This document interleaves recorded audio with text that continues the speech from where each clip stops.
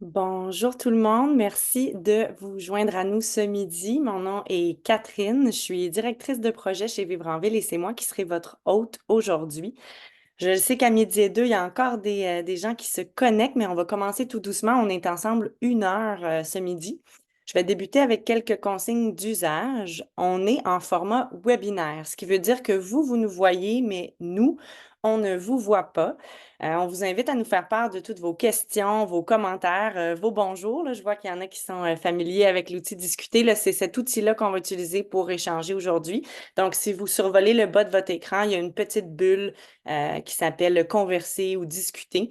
Certains éléments complémentaires comme des liens externes pourront vous être partagés là également.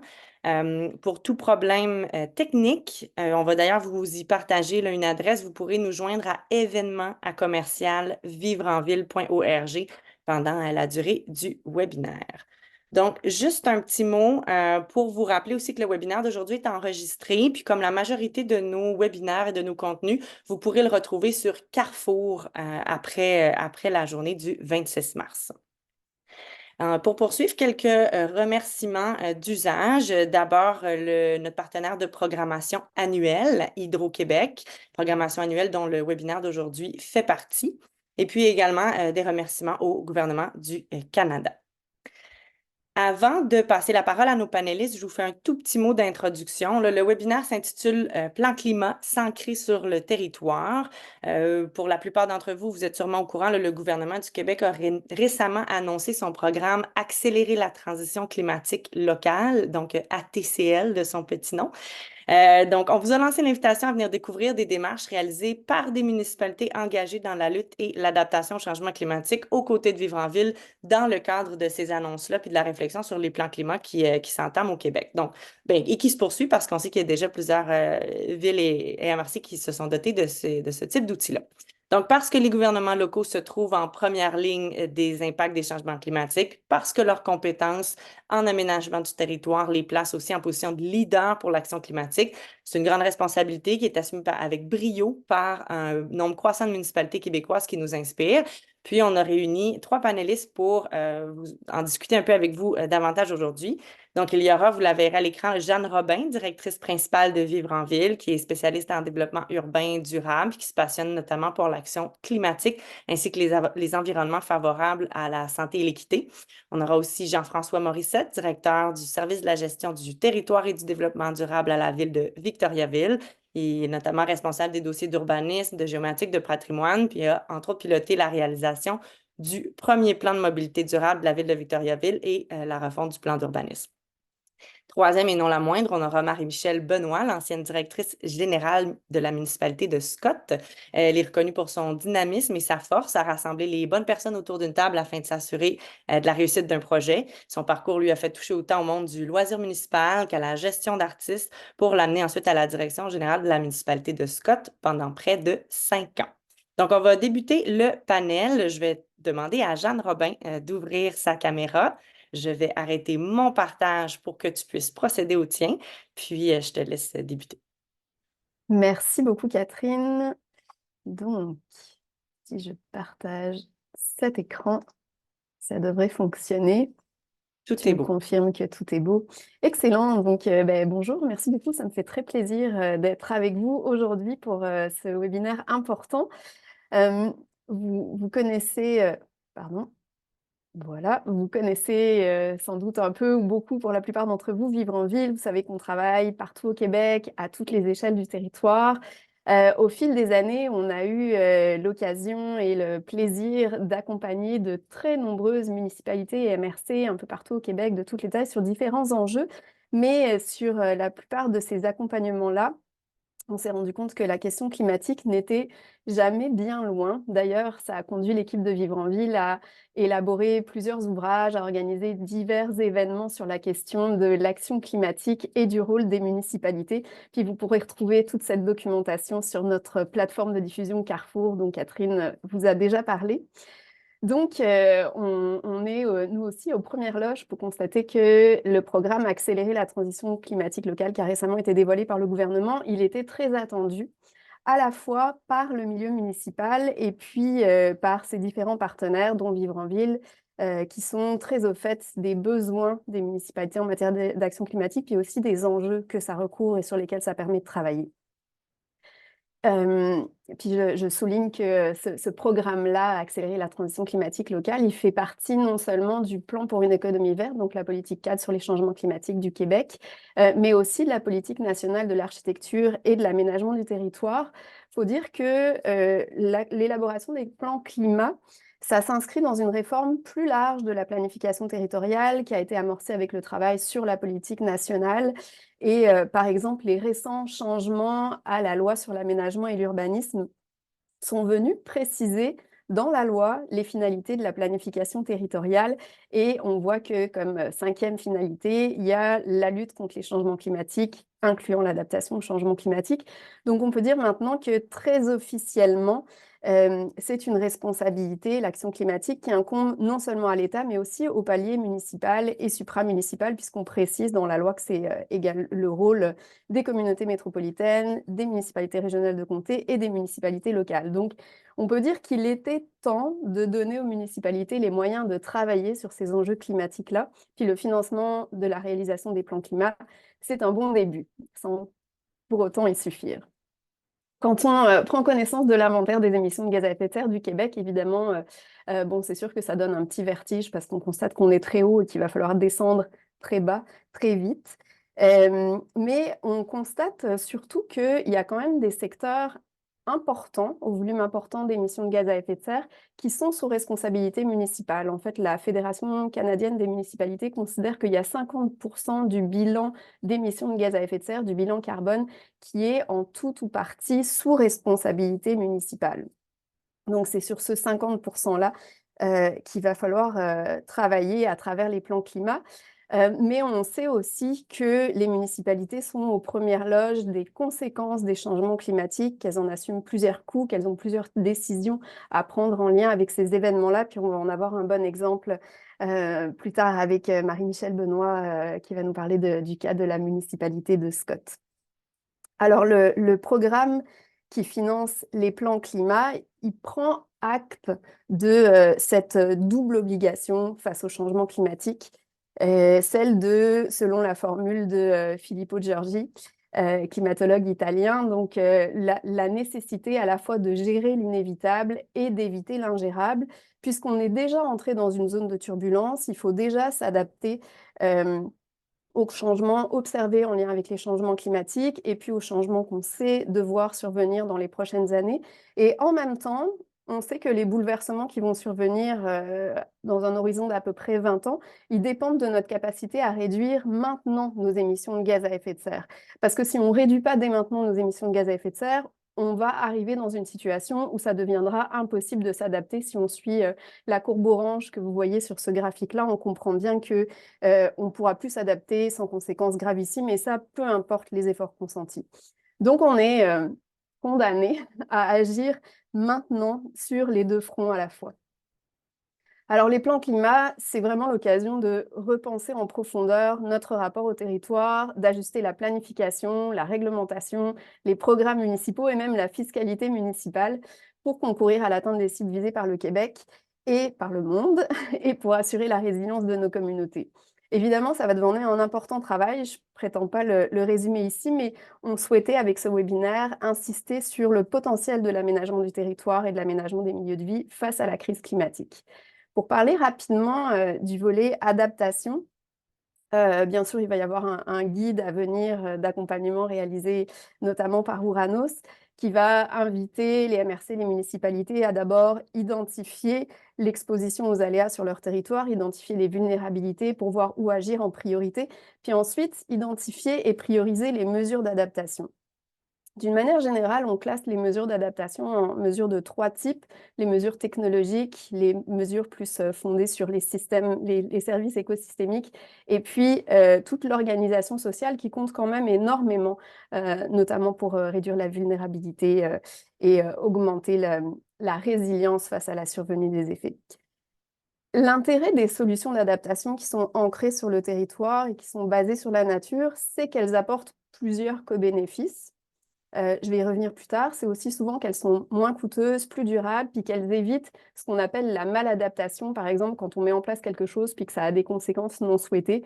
Typiquement, les infrastructures grises, comme les digues, qui peuvent causer des inondations ailleurs, les infrastructures mises en place personnellement, comme la climatisation, qui conduit à augmenter l'effet d'îlot de chaleur à l'extérieur des logements. Donc, pour éviter cette maladaptation-là, on recommande d'agir davantage avec des mesures d'adaptation basées sur la nature. Et si l'aménagement du territoire a un rôle important à jouer en matière d'adaptation là-dessus, c'est d'abord parce qu'il permet de freiner, d'éviter l'exposition aux aléas. Donc, en s'étalant sur le territoire, on a plus de risques de s'installer dans un endroit qui est exposé aux aléas. Ça permet aussi de réduire l'ampleur des aléas quand on s'assure de maintenir des espaces verts, de protéger les services écosystémiques. On sait que les vagues de chaleur vont être moins fortes, qu'on peut limiter les inondations, puis ça va permettre aussi d'augmenter la capacité d'inondation, là encore grâce aux services écosystémiques. Donc, en gros, utiliser le territoire de façon sobre et optimale, ça permet d'éviter de s'exposer et de protéger les milieux qui nous rendent des services bien utiles face au changement climatique et pour toutes sortes d'autres effets positifs. Du côté de la réduction des émissions, on fait face à un défi particulier dans plusieurs MRC, dans plusieurs municipalités, où on sait qu'il va y avoir une croissance démographique, une croissance économique dans les prochaines années. Et donc, il faut accueillir plus de population tout en réduisant les émissions de gaz à effet de serre. Pour ça, Vivre en Ville a développé une approche qu'on a testée avec plusieurs municipalités et MRC, donc une approche de croissance urbaine à faible empreinte climatique. Et puis, d'ailleurs, Jean-François Morissette de la ville de Victoriaville va plus tard vous présenter certains résultats de cette approche-là dans le cadre du webinaire. L'approche de croissance à faible impact climatique, elle est relativement simple. Elle consiste d'abord à estimer les émissions de gaz à effet de serre par secteur de la MRC et des municipalités. Donc, d'identifier les secteurs dans lesquels l'aménagement du milieu de vie rend possible un mode de vie à faible émission carbone. Parce que c'est sûr que quand on peut parcourir des plus petites distances, quand on a davantage accès aux transports en commun pour les territoires qui en sont pourvus, on est capable d'avoir un mode de vie plus sobre en carbone. Et donc, on peut supposer que les personnes qui vont habiter dans ces milieux-là vont avoir un mode de vie moins émetteur de gaz à effet de serre et moins consommateur d'énergie d'une manière générale. Donc, première étape, estimer les émissions de gaz à effet de serre par secteur. Et deuxième étape, diriger la croissance démographique et économique vers les milieux qui ont une moindre empreinte carbone. Ce qui va permettre de suivre la séquence qui est recommandée dans les guides sur l'élaboration du plan climat. La séquence recommandée en matière de réduction des émissions, c'est éviter, réduire et séquestrer. Donc, d'abord, on vise à éviter les émissions des nouveaux ménages qui seraient dépendants de longs déplacements en voiture, et ensuite réduire les émissions des ménages existants en améliorant les caractéristiques du milieu, parce qu'en augmentant la densité d'occupation du territoire à certains endroits, ça permet par exemple de faire vivre davantage de commerces de proximité, d'améliorer la desserte en transport en commun, bref, d'avoir un effet positif. Les plans climat, ils sont rendus nécessaires par l'urgence climatique, évidemment, et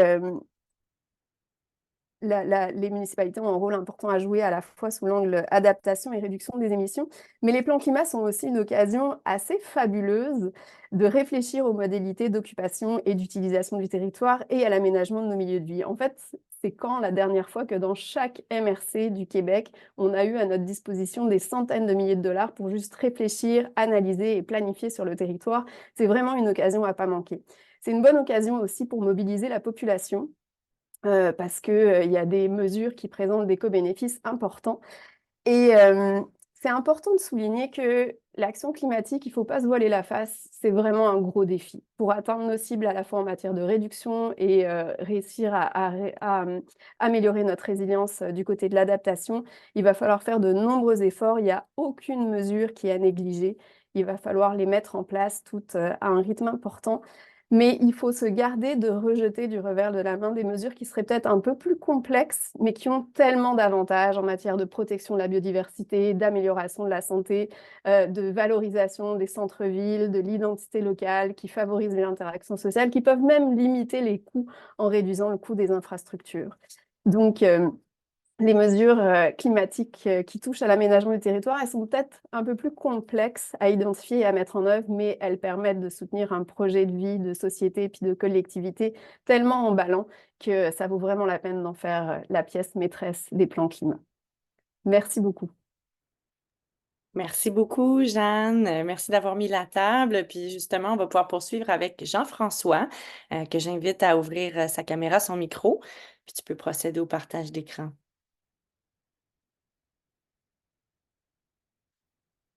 Donc, c'est tout beau pour moi. Je te laisse la Oui, place. je prends la parole. Je voulais juste mettre en plein écran.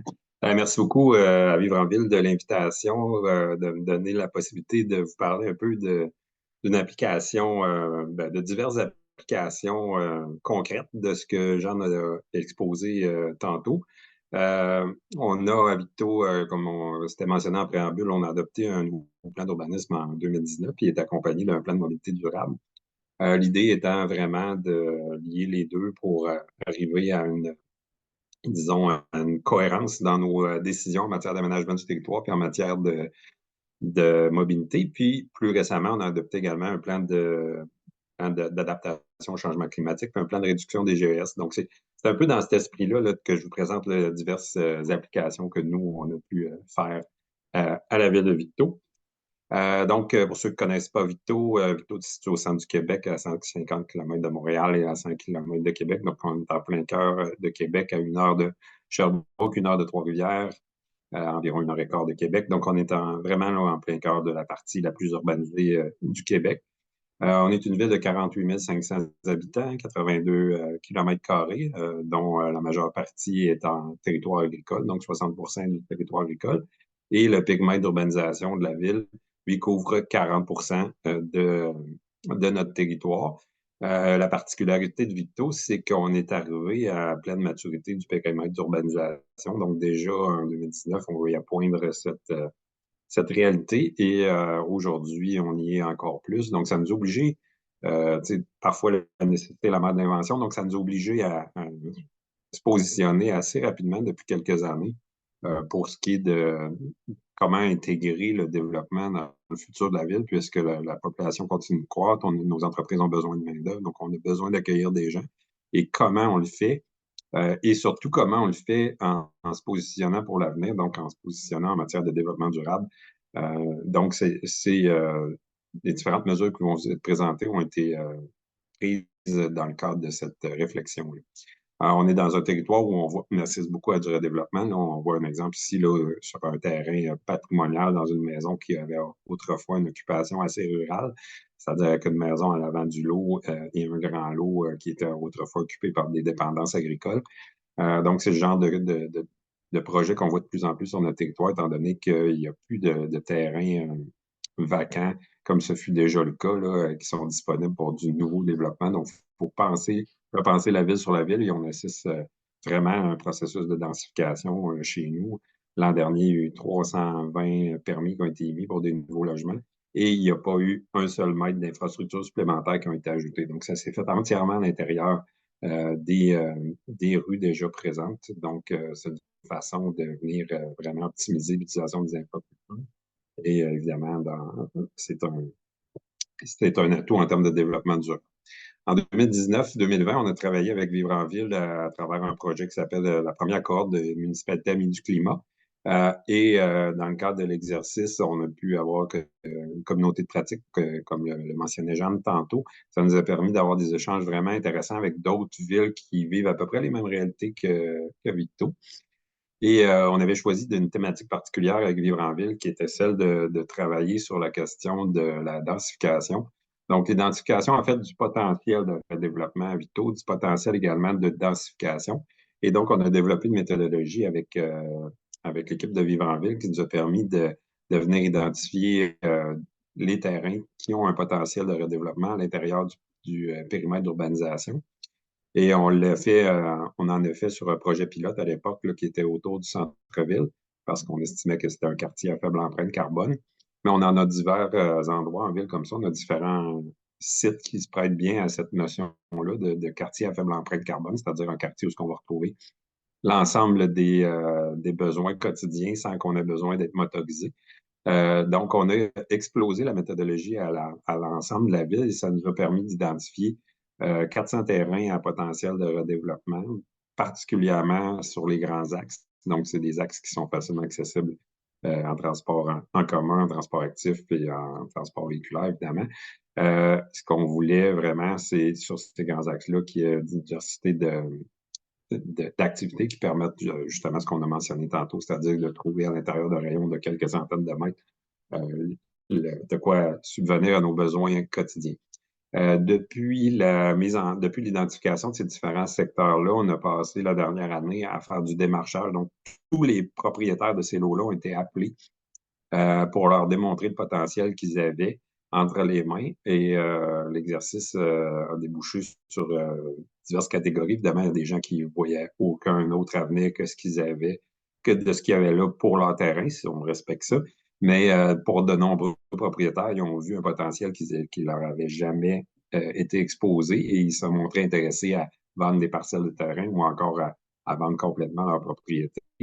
Et en parallèle avec ça, on a développé une banque de promoteurs qui a des projets, qui étaient prêts à faire des projets sur ces lots-là. Et actuellement, ben, ce qu'on assiste, c'est justement les premiers projets qui lèvent en lien avec cette démarche-là. Donc, ça a été vraiment une démarche proactive pour venir identifier les sites potentiels de redéveloppement.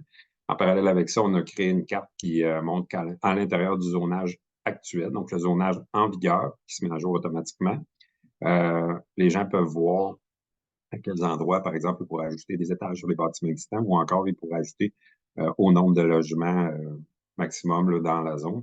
Donc, ça aussi, en fait, c'est la deuxième carte interactive la plus visitée sur le site Internet de la ville de Victo après celle des collectes de matières résiduelles. Donc, alors que, tu sais, ça s'adresse quand même à une clientèle qui est particulièrement spécialisée. Donc, on est très heureux des résultats qu'on a eus avec ça. En parallèle avec ça, on a développé un guide d'intégration de la densité en milieu urbain. Encore là, c'est un projet qu'on a fait en collaboration avec Vivre en Ville dans le cadre d'un programme qui était, je me rappelle plus du nom exactement, là, mais qui était développé par le ministère des Affaires municipales. Donc, on a développé ça dans la dernière année. Là, ça a été adopté en fin de l'été 2023. Et aujourd'hui, ben, ça sert d'inspiration autant pour ceux qui intègrent des projets, qui veulent intégrer des projets dans leur milieu, que pour les professionnels de la ville, là, ça nous permet de façon imagée d'orienter les promoteurs vers les bons choix en matière d'intégration architecturale. C'est souvent ça l'enjeu en termes de densification. C'est le fameux pas dans ma cour qui arrive à l'occasion. Donc, ce genre de guide permet d'orienter les discussions là, pour éviter des réactions négatives de la part des citoyens. En parallèle avec ça, on a développé pour certains sites à potentiel de redéveloppement des maquettes d'occupation possibles. Et donc, ça nous permet d'avoir des outils supplémentaires là, pour aller voir les propriétaires de ces terrains-là ou encore des promoteurs qui pourraient être intéressés à intégrer ça. On a fait également des appels de proposition. Celui-là, c'est un scoop. Là, il va être publié dans quelques minutes sur le SEAO. La ville de Victo vend 50 cases de stationnement là, dans le stationnement, directement dans le stationnement de l'hôtel de ville pour du redéveloppement résidentiel, donc en plein cœur du centre-ville de Victo. Et également le bâtiment que vous voyez à gauche, là, qui est l'ancienne bibliothèque qui est vraiment arrivée en fin de vie. Donc, on vend les deux sites pour du redéveloppement résidentiel. Et entre les deux, ça va devenir un espace commun pour les deux bâtiments avec un passage piéton. Donc, on va fermer cet endroit-là à la circulation véhiculaire, là, qui était d'ailleurs un problème en matière de sécurité. En parallèle avec ça, on va développer, on écrit un appel de proposition actuellement pour le site que vous voyez tout en bas, là, qui est un stationnement en plein cœur du centre-ville de Victo. Et on a récemment identifié le besoin d'avoir un hôtel au centre-ville de Victo. Et on a identifié le stationnement en question comme étant l'endroit qui devait recevoir, le plus propice à recevoir un hôtel et à son succès futur.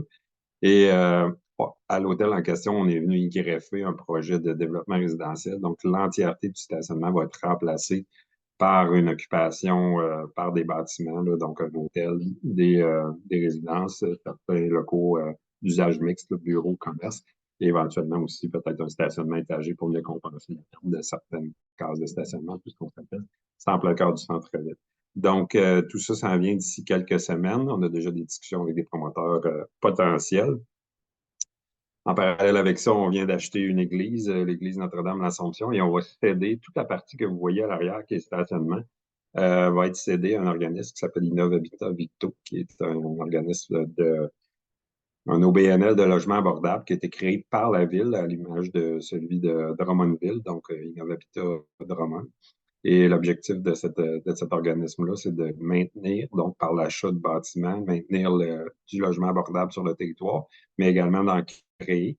Et là, c'est une belle occasion de le faire à travers ce projet-là. L'église va être conservée à des fins pour des usages communautaires et toute l'arrière va être construit, va être destiné à recevoir un développement de logement abordable de 82 logements. Tout ça dans le respect, évidemment, de l'intégration urbaine avec l'environnement immédiat. Donc, c'est un beau défi d'architecture et d'urbanisme, mais on pense qu'on a un beau projet entre les mains pour fournir du logement abordable pour notre population.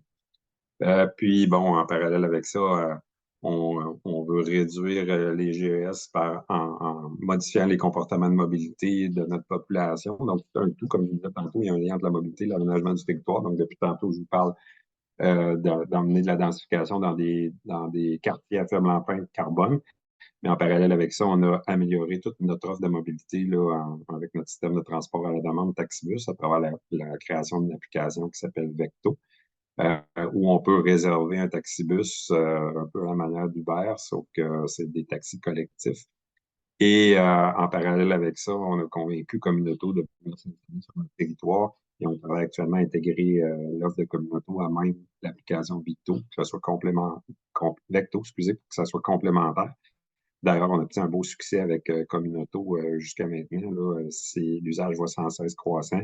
Et du côté de Communauto, on est au-delà au-delà des prévisions. Là. Donc, on est largement en utilisation plus grande que ce qu'on avait prévu au départ. En parallèle avec ça, on travaille à la décarbonation des bâtiments municipaux. On a eu une entente avec le ministère des Affaires municipales pour financer cette décarbonation-là. Donc, de nombreux bâtiments vont être convertis pour passer du gaz naturel au mazout, du mazout à l'électricité ou encore du gaz naturel à l'électricité pour réduire l'empreinte carbone générale de la ville.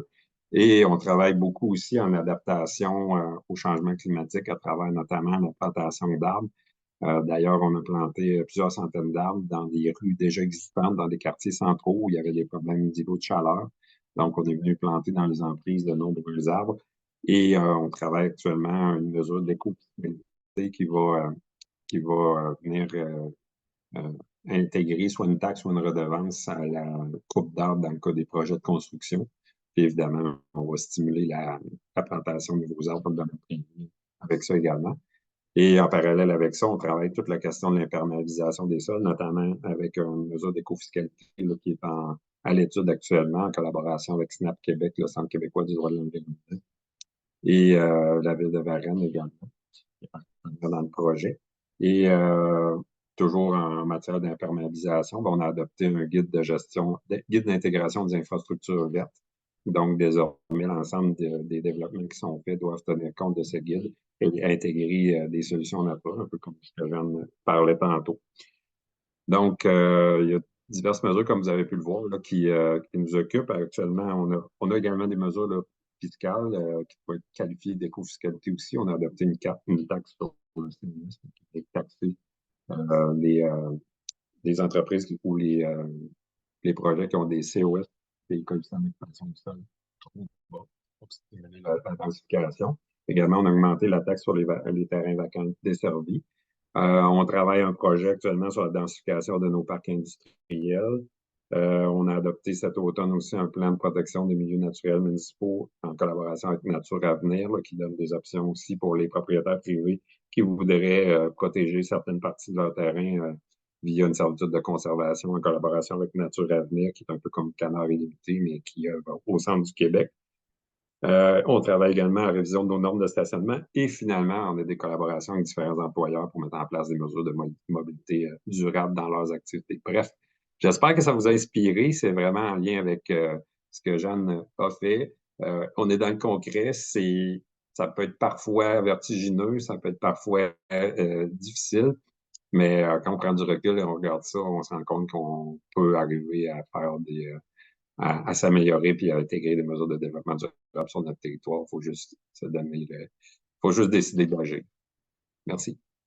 Merci Jean-François. Il y a plusieurs partages là, de remerciements aussi dans le chat si tu as le temps d'y jeter un coup d'œil après. Sans plus tarder, on passerait à Marie-Michel que j'invite à ouvrir sa caméra et à partager son écran. Allô Marie-Michel? Bonjour tout le monde, vous m'entendez bien? Oui, j'ai vu qu'il y avait un ou deux petits commentaires sur le son. De mon côté, c'est resté somme toute assez bien, mais si jamais il y a quelque chose, Marie-Michel, je te ferai signe en cours de route. Il n'y a pas de problème, Jean-François, vous m'avez mis, mais Jean-François, ouais, vous avez mis la barre assez haute, la présentation super intéressante, le projet également. Donc, vous voyez mon écran, tout est beau. Est-ce que tu peux le mettre en plein écran? Puis je pense qu'après ça va être beau. Absolument, on va faire ça, si ça peut se passer. Ça ne sera pas bien long, on va l'avoir. OK, donc je fais une mise en garde, moi, en commençant. Entre mandat et 3 enfants, je vous ai fait une simple présentation. Donc, ça ne sera pas aussi impressionnant que Jean-François, mais moi, mon but, c'est vraiment d'essayer de gérer l'urgence, d'asseoir tout le monde ensemble pour bien planifier la consolidation urbaine, puis justement appréhender tous les risques futurs. J'y vais quand même vite pour la présentation de Scott. Donc, c'est une toute petite municipalité. C'est situé à 20 minutes de Québec par l'autoroute 20. On est situé dans la MRC de la Nouvelle-Beauce. En 2019, on comptait 2500 habitants.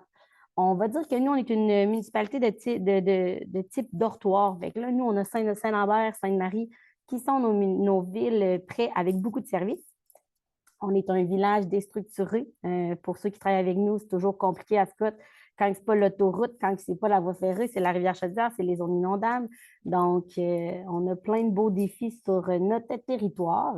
Mais on va se le dire, au niveau touristique, on est très fiers. On a la route touristique de la Beauce qui passe, la véloroute. On a un camping au Douli Park, Broche à Foin, Cache à Maxime. Prenez des notes pour venir visiter notre Scott.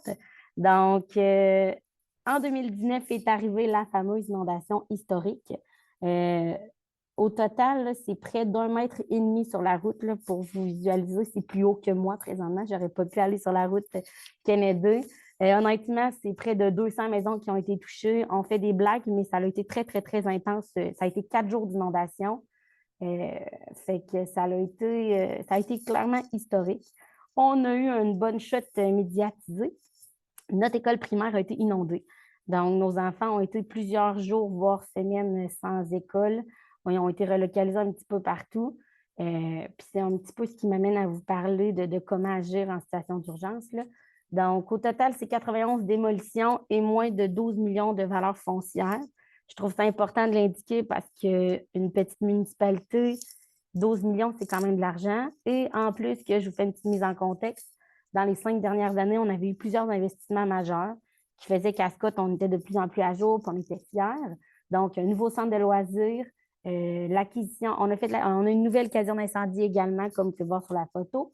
On a eu l'acquisition de l'église, nous également. Comme plusieurs municipalités, la fabrique nous a cédé l'église et également une nouvelle usine de filtration.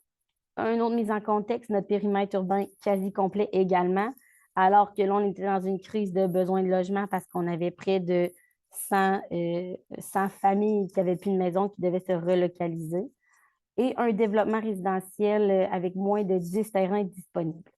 Donc, vraiment, là, c'était de trouver un terrain pour acquérir une nouvelle école, mais aussi de réviser notre plan urbanistique parce qu'on avait besoin, on ne voulait pas que toutes nos familles s'en aillent dans les villes voisines. Lorsqu'on parle d'urgence d'agir, donc ça a été vraiment de relocaliser l'école primaire. Notre gros défi était de trouver un terrain. C'est pas les médias ni monsieur qui est premier ministre qui a fait qu'on a eu une nouvelle école. C'est un projet qui était déjà en branle, c'était un projet qui était discuté. Il y avait un terrain qui avait été choisi. Mais quand il est venu le temps de faire une implantation puis regarder le terrain en soi, on s'est vite rendu compte que le terrain plat, super facile, aqueduc, égout, pluvial, ne répondait pas aux besoins futurs avec tous les nouveaux élèves qu'elle allait avoir. Donc, on a mandaté d'urgence justement Vivre en ville pour trouver des terrains.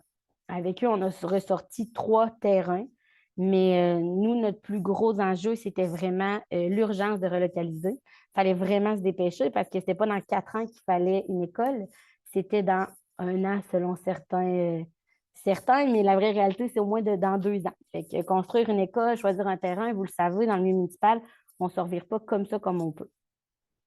On est allé justement dans les 3 terrains. Je vais vous le décrire un petit peu plus loin, mais pour le projet de l'école primaire, on a assis tout le monde ensemble. Puis quand je dis tout le monde ensemble, je vais vous présenter qui était là, sauf qu'on n'avait pas le temps de faire plusieurs rencontres. Fait qu'il a fallu dire là, tout le monde doit s'impliquer, il faut trouver le terrain parce qu'après, il faut le préparer. Est-ce qu'il n'était pas nécessairement desservi? Il faut aménager une rue. Quand on change une école, nos trottoirs ne mènent pas à un terrain vacant normalement. Fait qu'il a vraiment fallu tout préparer ce terrain-là. Ensuite, on a eu une urgence d'agir à développer les liens avec les promoteurs. Même si on n'avait pas beaucoup de terrains vacants, toute personne qui avait une idée, tout promoteur qui voulait développer, qui voulait modifier, c'est sûr que là, on était vraiment à l'écoute, puis on a vraiment développé une super collaboration avec nos promoteurs entrepreneurs. Ensuite, un petit peu plus loin, vous allez voir, mais il fallait réviser nos règlements et bien planifier l'aménagement parce que là, on avait de moins en moins de terrain, on avait tellement de travail à faire que là, chaque petit terrain, chaque petit projet, il fallait le prendre au sérieux puis bien le faire pour pas seulement avoir des blocs appartements poussés partout. Donc, on a eu de l'aide encore une fois, mais il a fallu le travailler comme il faut. Et bien sûr, une bonne vieille planification stratégique avec un comité qui a été créé pour nous aider là-dedans. Parce que là, un moment donné, on avait autant des projets de route, des projets d'infrastructure, une nouvelle école. Fait que là, il a comme fallu faire wow, on vient de perdre 12 millions de valeur foncière. On vient justement de dire qu'on n'a plus de terrain à construire. Mais là, en plus, il faut savoir où est-ce qu'on met notre argent et comment on le fait pour bien le faire. Alors, on vous avait une petite recette magique, il n'y a pas un projet qui est pareil, mais nous, comment on a fait pour y arriver, puis même c'est encore notre recette magique pour tout le reste du travail qui reste à faire, c'est vraiment l'implication, la communication, la planification et bien sûr beaucoup de tact. C'est plate de donner une conférence, je ne vous vois pas, puis, mais c'est notre force à Scott, là. On a le tour de bien s'entourer et rendre les choses vraiment agréables parce que changement climatique, règlement de zonage, c'est rare qu'on ait tant de plaisir de travailler autour de ça. Fait que c'est super important, les 4 petits ingrédients que je vous ai donnés. Dans le cadre du projet de l'école, là, je vous parle vraiment de l'école parce que c'est la démarche qui a été faite avec Vivre en Ville. C'est un petit peu le coup d'envoi de tout le travail qui a été fait depuis les 5 dernières années. Donc, je vous dirais que c'est l'importance de demander de l'aide et d'en discuter. Chaque municipalité, on est comme pris juste entre nous, hein. On n'a pas tant, on ne travaille pas tout le monde ensemble, mais des fois, il suffit d'appeler le voisin, il suffit d'appeler à la MRC. Puis Colin a vu une conférence qu'à Victoriaville, ils ont fait telle chose. Donc là, ils nous mettent en contact, puis ça nous ouvre des portes. Donc, nous, c'est avec la MRC, un ancien directeur qui nous a mis en communication avec Vivre en Ville, puis qui a vraiment beaucoup changé la donne. Puis j'ai marqué aussi oser asseoir tout le monde ensemble. Milieu municipal, souvent municipal, politique, les employés d'un bord, les élus d'un autre bord, la MRC ensemble, tu sais, l'importance de vraiment asseoir tout le monde ensemble pour arriver avec un objectif commun. Puis de bien définir le rôle de chacun parce qu'il faut que tout le monde y mette du sien. Dans le cadre du projet de la nouvelle école, on s'est permis nous-mêmes d'inviter la direction de l'école primaire et le membre du conseil d'établissement qui était un représentant de la population. Bien sûr, les directeurs de services de la municipalité et tous nos conseillers municipaux. Ils étaient bien avertis que ce n'était pas une séance ordinaire de conseil, qui étaient là comme simples conseillers municipaux, comme représentants de la population. Nos représentants du CCU qui représentent également la population et qui s'intéressent également à l'urbanisme. Dans la MRC, on a eu une super collaboration. On a pris tout le monde qu'on pouvait prendre pour avoir de l'aide. Donc, autant la direction, l'urbanisme, développement. On avait quelques représentants aussi. La commission scolaire. Donc, autant représentants, j'ai goût de dire élus, mais là, il y a 5 ans, c'était encore nos représentants et les directions, monsieur le député, MTQ, développement économique et l'environnement, qui sont nos partenaires dans tout projet. Donc, tout ce beau monde-là ont été assis ensemble pour vraiment arriver à un consensus.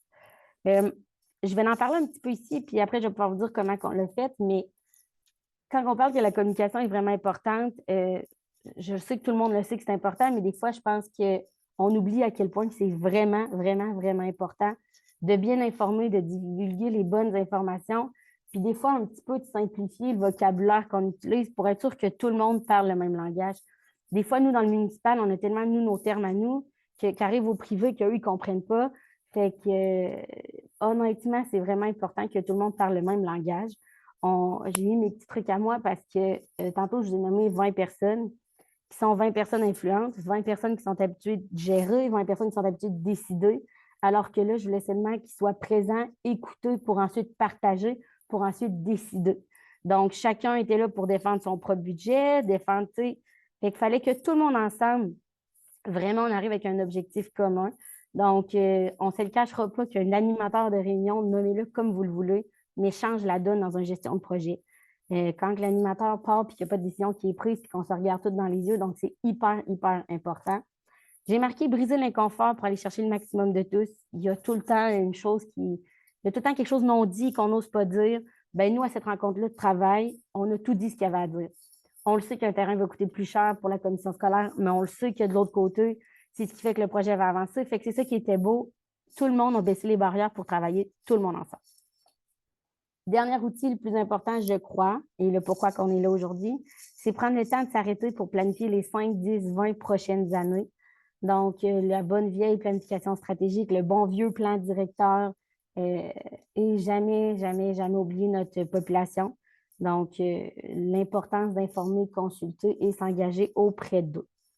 Je vous garoche plein de belles choses. J'espère que ça va de votre côté. Et j'ai rajouté dans la petite recette magique beaucoup de tact. Honnêtement, que ce soit avec l'environnement, que ce soit avec n'importe quel ministère, c'est tellement important de créer un lien de confiance, d'avoir une écoute parce qu'on a tout notre propre langage, notre propre budget, c'est important d'écouter l'autre, rendre le tout agréable et être reconnaissant envers l'aide apportée. En gros, dans le fond, je vais arrêter ma présentation. Je vais juste conclure avec vous ici.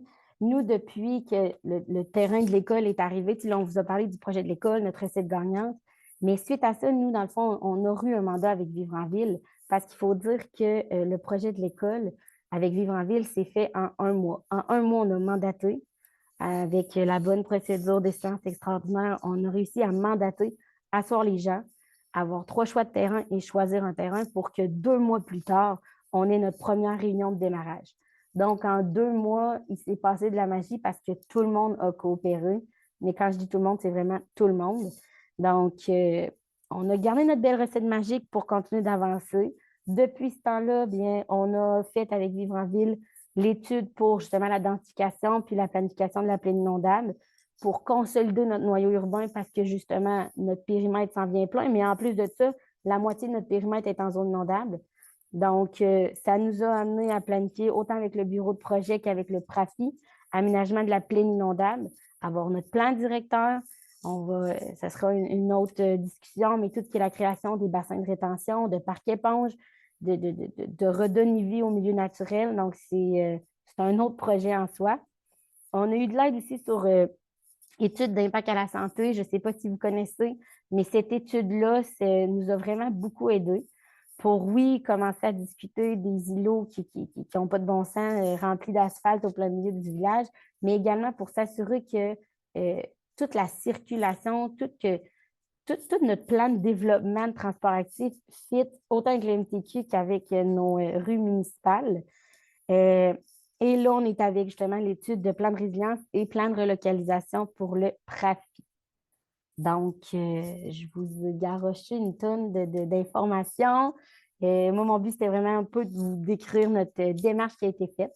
Donc, je te laisse la parole, Catherine. Merci, merci Marie-Michel. En fait, je vais inviter Jean-François et Jeanne à rouvrir leur caméra. On passera à quelques minutes de questions. Là, il y a eu quelques échanges, beaucoup de belles impressions là, dans l'outil de discussion. J'irai tout de suite sur une idée que vous avez toutes et tous évoquée là, sur la notion de saisir des opportunités. Vos présentations, on était très loin du parachutage d'idées isolées, mais beaucoup plus proche de tisser serré, plusieurs pans de plans, de planifs.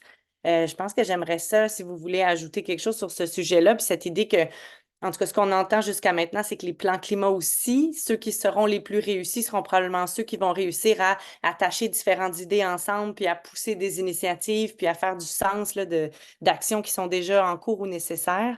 Fait que je ne sais pas s'il y en a un de vous qui se sent d'attaque pour député. Jean-François, ton micro est ouvert sans vouloir te mettre sur le spot. Veux-tu te lancer? J'avais pas ouvert particulièrement parce que je voulais intervenir en premier, mais quand même. Euh, oui, ce qui est intéressant, en fait, ce qui est intéressant, c'est de pouvoir agir sur différents fronts. Il y a des fronts qui sont plus spontanés. Là. Tu sais, je parlais de décarbonation des bâtiments. Je parlais de déjà planter des arbres, la relation cause à effet n'est pas si évidente. Là. Tu sais, on sait, pour ceux qui jouent dans ce genre de planification, ce genre d'intervention, on sait que planter des arbres, par exemple, peut avoir un impact sur la gestion de l'eau, peut avoir un impact sur un moyen long terme sur les îlots de chaleur, la qualité de l'air et tout ça. Mais pour le citoyen qui voit un arbre arriver en plein milieu de sa façade dans l'emprise de vue, c'est pas spontané là, qu'on le fait pour des raisons climatiques. Mais c'est ça, il y a des actions qui sont vraiment directes, mais il y en a d'autres qu'il faut vraiment miser plutôt sur les effets collatéraux, les effets indirects. Là, on parlait de densifier dans les milieux à faible empreinte carbone, mais encore là, le lien cause à effet, il faut prendre le temps de bien l'expliquer. Parce que la densification, je le disais à mes élus la semaine dernière, pour quelqu'un qui est en développement durable ou pour quelqu'un qui comprend bien les phénomènes là, d'adaptation au changement climatique et de réduction des GES, ça peut être spontané comme idée, mais pour le citoyen moyen, cette densification-là est plutôt vue comme un mal nécessaire ou carrément une nuisance. Donc, c'est important de faire comprendre aux gens toute la chaîne qui mène à ces décisions-là et qui sont vraiment faits pour le bénéfice de l'avenir de la communauté. Merci, Jean-François. Est-ce que Jeanne ou Marie-Michel, vous vouliez ajouter sur cette notion des des différents pochoirs de planification à réfléchir en commun? Je peux y aller un petit peu, mais Marie-Michel, je te laisserai parler, vas-y. Aucunement, je te laisse la parole. Je te laisse aller. Ben, je trouve ça vraiment intéressant de vous avoir entendu parler tous les deux de la nécessité de répondre à plusieurs besoins en même temps et parfois vite. Et, euh, et c'est vrai que faire valoir, par exemple, qu'on a des besoins en habitation, qu'on a des besoins pour protéger la biodiversité sur son territoire, faire valoir les différents avantages qui sont liés à l'action climatique, c'est souvent un moyen de d'accepter et de concevoir ensemble les meilleures mesures. Parce que c'est vrai que c'est parfois des bouleversements à l'environnement très très proches, là. Et ces bouleversements-là, il faut savoir pourquoi on les accepte, pourquoi on les recherche, qu'est-ce que ça va apporter comme avantage personnel, qu'est-ce que ça va apporter comme avantage pour la communauté. Et par exemple, que le bâtiment qui monte de quelques étages à côté de chez soi, ben, ça permet de protéger un boisé ou de mieux préserver les berges d'une rivière à proximité. C'est une information très, très intéressante. Puis peut-être, Marie-Michel, là, je trouvais qu'il y avait aussi une belle place qui était faite à cette idée qu'il y a beaucoup, tu sais, même si on parle de science et même s'il faut parler de choix difficiles, de décisions difficiles, d'où il faut y aller, il y avait un grand côté humain, là, puis comment on embarque tout le monde dans cette réflexion-là, justement pour nommer les choses qui vont être nommées, approfondir les compréhensions qu'on a des actions qu'on pose. Est-ce que tu peux peut-être nous donner un petit peu plus de ton aperçu là-dessus? Ben, je ne sais pas si je vais répondre exactement à ta question, mais le plus gros défi, c'est d'embarquer notre conseil municipal. Parce que nous, les municipalités ou nous, les employés municipaux, même si je ne suis plus une employée municipale, mais on aurait beau vouloir aller vers quelque chose, comprendre le pourquoi du comment qu'il faut aller là, mais il reste qu'il faut le faire. Il faut que notre conseil municipal embarque. Il faut que le conseil comprenne pourquoi ils ont encore mis 25 000 $ sur une étude qui va amener telle action. Fait que je pense que nous, notre défi à nous, c'est d'être bien informé par vous. Vous êtes un partenaire super important, mais il faut que l'information nous soit bien donnée pour qu'après, on soit capable de bien convaincre notre conseil municipal. Je vais dire convaincre, mais de bien les imprégner de cette importance-là. Là. Une municipalité, avant, c'était des rues, c'était des loisirs, mais là, c'est rendu plus que ça. Fait que c'est sûr qu'on a besoin de nos MRC pour nous aider à convaincre, informer, pour qu'après, les municipalités, on puisse bien agir. Là. j'ai un peu vagué sur autre chose, là, Mais c'est mais parfait. Je trouve que ça fait des beaux ponts. Là. Justement, tu sais, là, tu parles peut-être aussi de convaincre ou d'inclure ou de sensibiliser tout ce qui est élus municipaux. Jean-François, je trouve qu'il y a des belles questions. Je te les nomme toutes les deux. Tu pourras voir s'il y en a une des deux qui t'inspire davantage. C'est un peu plus technique, mais c'est aussi sur comment on rassemble, tu sais, voyons, les fonctionnaires municipaux avec qui on travaille, entre autres. Fait qu'il y a une question justement sur toute la question de la plantation d'arbres, s'il y a eu une stratégie particulière pour travailler avec les travaux publics puis que ça se passe bien, parce que des fois, il peut y avoir aussi des petits accrochages quand on tombe dans le concret des opérations. Oui, évidemment, ben, je l'avais vu la question. C'est c'est important qu'on agisse en équipe, là. C'est-à-dire qu'il faut que ce message-là, cette philosophie-là de travailler pour réduire nos GES, pour s'adapter au changement climatique, qu'elle soit portée par l'organisation au complet, et non pas seulement par les responsables de disons, des différentes actions en lien avec ça. Puis, par exemple, dans le cadre des TP, bien évidemment, ils ont été intégrés dans l'équipe de planification de cette action-là. Et c'est eux qui le font en bout de ligne, là.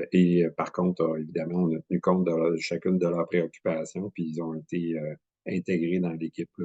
Donc, à partir du moment où on plantait un arbre sur la rue, toutes les équipes avaient été coordonnées, étaient d'accord avec la mesure. Évidemment, il y a des communications qui ont été intégrées dans ça aussi, les relations avec les citoyens. Donc, ça doit, pour avoir du succès dans ce genre de mesures-là, évidemment, il faut que ça se fasse en équipe, sinon on demeure avec un impact limité, parce qu'on a une seule petite équipe à l'intérieur de l'organisation à vraiment y croire. Merci, mais j'avais dit que je te poserais les deux questions en rafale, puis j'ai oublié de te poser l'autre. Mais l'autre question parle un peu aussi de cet arrimage avec les outils qu'on a déjà, par exemple, en urbanisme au milieu municipal. Fait que quand tu parlais un peu plus tôt des appels de proposition ou du démarchage avec les promoteurs, ça a suscité des questions sur comment, après ça, vous faites pour arrimer avec tous les processus légaux, l'approbation référendaire ou respect du PIA, fait que pour l'intégration architecturale et tout ça. Oui, ben en fait, ce qu'on les emmène on leur montre le potentiel, mais après ça, on s'assoit avec eux pour s'assurer qu'on a des projets desquels on va être fiers là, par la suite. On ne veut pas faire n'importe quoi, n'importe où, parce qu'il faut quand même assurer là, dans les milieux denses, pour que ça soit intéressant, ça prend une qualité de vie, donc ça prend une qualité d'espace public, ça prend également des espaces même privés sur les terrains où il y a de la densité pour que les résidents puissent utiliser les espaces extérieurs. Donc, il y a toutes sortes d'aspects comme ça. C'est la raison pour laquelle on a créé un guide de densification, là, pour notamment avoir des exemples inspirants. C'est très imagé, donc ça nous permet concrètement de montrer ça à nos promoteurs. Puis ensuite de ça, ben, toute la question de l'approbation référendaire actuellement, là, ça, dans toutes les municipalités, avec le projet de loi 31, entre autres, qui vient d'être adopté, le nouveau zonage incitatif, il y a toutes sortes de mesures qui sont mises en place actuellement, là, et on navigue à travers ça, mais la question de l'acceptabilité sociale demeure vraiment très importante dans le cadre de la densification, là. Donc, il faut continuer de travailler étroitement en communication avec nos citoyens pour réussir à faire accepter des décisions qui peuvent leur sembler difficiles là, à première vue, parce que c'est souvent mais what's in it for me? Qu'est-ce que je retrouve, moi, dans ce projet-là qui va m'aider? Parce que souvent, personnellement, ils n'ont pas d'avantage nécessaire. Il faut juste leur faire voir que c'est peut-être à moyen long terme qu'il va y avoir des avantages pour eux. Merci, Jean-François. Je dirigerai peut-être une dernière question vers Jeanne et Marie-Michel, puis vous pourrez en profiter pour peut-être faire un peu un mot de la fin aussi. Ça va quand même très vite, 60 minutes ensemble, mais ça nous permettait de couvrir différentes idées là, dans un laps de temps un peu plus court. Sur la question de repenser une mentalité ou une posture d'apprentissage. Fait que c'est revenu sous différentes formes dans l'outil discuté, là, la notion de comment on fait la triptyque, là, sensibiliser des élus, impliquer de la population, faire le travail. Puis cette notion de peut-être avoir une posture ou une mentalité d'apprenant ou de. Parce que les choses vont vite, puis on fait un peu l'avion en vol, là. Bon, je sais pas tout à fait l'image souhaitée, mais est-ce que vous pouvez peut-être un petit peu partager là, chacune soit la réalité à Scott ou un peu l'approche qu'on a chez Vivre en Ville pour faire face à ces défis-là qui évoluent au fil du temps qu'on travaille dessus, là, tout à la fois. Marie-Michel. Oui, je peux me lancer. Nous, avant, quand j'ai commencé, on parlait beaucoup de consultations publiques, des consultations publiques, mais je trouve que c'est dur de consulter les gens sur des sujets lorsqu'ils n'ont pas été impliqués ou qui n'ont pas été informés. Fait que nous, d'apprendre une opinion sur tel sujet, c'est pas ça qui nous permet d'avancer. C'est plutôt de prendre le temps de bien informer, de bien expliquer. Lorsque justement on a un plan directeur de fête, ben, il faut le communiquer à la population. Nous, ça a été vraiment notre. Puis je dis ça, puis sûrement que la population voudrait être encore plus informée, mais nous, ça a été vraiment notre travail dans les dernières années d'informer la population. Il y avait des éditions qui étaient vraiment juste on vous informe, on est rendu où, comment on a fait. Il y a eu une présentation qui était seulement ça. Voici ce qui a été fait, voici les projets porteurs. C'était pas quel projet. Oui, on a demandé l'opinion à la fin, mais on voulait expliquer aux gens comment qu'on l'avait fait. Fait que je crois que le terme juste consultation publique, c'est plus tant ça, que c'est plutôt une période d'informer, d'enseigner et d'expliquer le pourquoi du comment qu'il faut aller vers telle décision. Merci, Marie-Michel. Jeanne? Je dirais peut-être que oui, il faut se placer dans une posture d'apprentissage, puis d'apprentissage de toutes les parties prenantes sur le territoire, qui doivent toutes s'inscrire dans cet objectif d'action climatique, puis toutes les retombées que ça peut avoir. Cela dit, ça enlève pas le besoin d'avoir des planifications qui donnent des grandes lignes, puis qui présentent les grandes lignes de décision. Et c'est assez intéressant l'action climatique parce que on apprend beaucoup et on a l'impression qu'il y a des choses qui changent parce que notre compréhension des phénomènes évolue, notre compréhension de la gravité de ces phénomènes-là évolue. Mais reste que, puis les acteurs de la santé publique en particulier nous le rappellent souvent, globalement, on a assez peu de surprises. Ce dont on disait ça fonctionne, et les innovations sont surtout dans la mise en œuvre plus que dans des nouvelles idées pour résoudre le problème des changements climatiques. En gros, la sobriété territoriale, le fait de faire appel aux infrastructures naturelles, c'est vraiment des solutions gagnantes. On n'a pas d'hésitation là-dessus. Il faut les mettre en place tout de suite. Fait que je ferais peut-être une mise en garde quand même sur la tentation de passer 3 ans à faire un plan climat sans rien faire en attendant. Ces 3 ans de retard pendant lesquels on continue à agir sur le territoire. Fait que oui, prenons le temps de réfléchir puis d'apprendre, mais n'hésitons pas à innover pendant ce temps-là et à mettre des choses en place. C'est en faisant les choses qu'on va apprendre à les faire de mieux en mieux. Puis l'objectif, c'est quand même d'avoir agi. C'est pas de passer un examen dans 3 ans pour avoir le meilleur plan climat uniquement sur papier. Ce serait ma recommandation. Merci Jeanne, merci Marie-Michel, merci Jean-François. Ça aurait été une heure bien remplie, là, comme en témoigne aussi l'outil de discussion. Là, les gens ont bien apprécié les exemples, le rythme. Je vais vous partager un petit sondage avant que vous quittiez le Zoom pour celles et ceux qui sont encore avec nous. Ce serait pour récolter votre appréciation. On fait ça après nos activités pour pouvoir, dans une posture d'amélioration continue. Donc, merci de prendre un petit instant pour répondre à ça. Ça nous aide dans le contexte où on travaille différents types de projets avec différents types de partenaires. Pour ne pas vous déranger pendant que vous répondez à ça, de vive voix, là, je vais juste vous rappeler que pour accéder à l'enregistrement du webinaire d'aujourd'hui, mais aussi à nos autres capsules, webinaires, enregistrements ou contenus, rendez-vous sur Carrefour, la plateforme de Vivre en Ville qui regroupe l'entièreté de nos contenus. Vous pourrez aussi naviguer là, sur la page de Vivre en Ville ou vous inscrire à l'infolettre parce que jusqu'au 15 avril, vous avez un tarifatif pour le rendez-vous collectivité viable de Vivre en Ville en juin. Mais si vous êtes inscrit à notre infolette, là, vous ne manquez rien de tout ça. Donc, c'est peut-être la chose à vous souvenir. Si vous n'êtes pas déjà inscrit, c'est là que vous aurez accès là, à ce qui s'en vient, puis aux prochaines activités chez nous. Je vois qu'il y a une rafale de merci, fait que je vais le redire encore. Là, merci beaucoup, Jean-François, Jeanne, Marie-Michel, puis bon après-midi à tout le monde.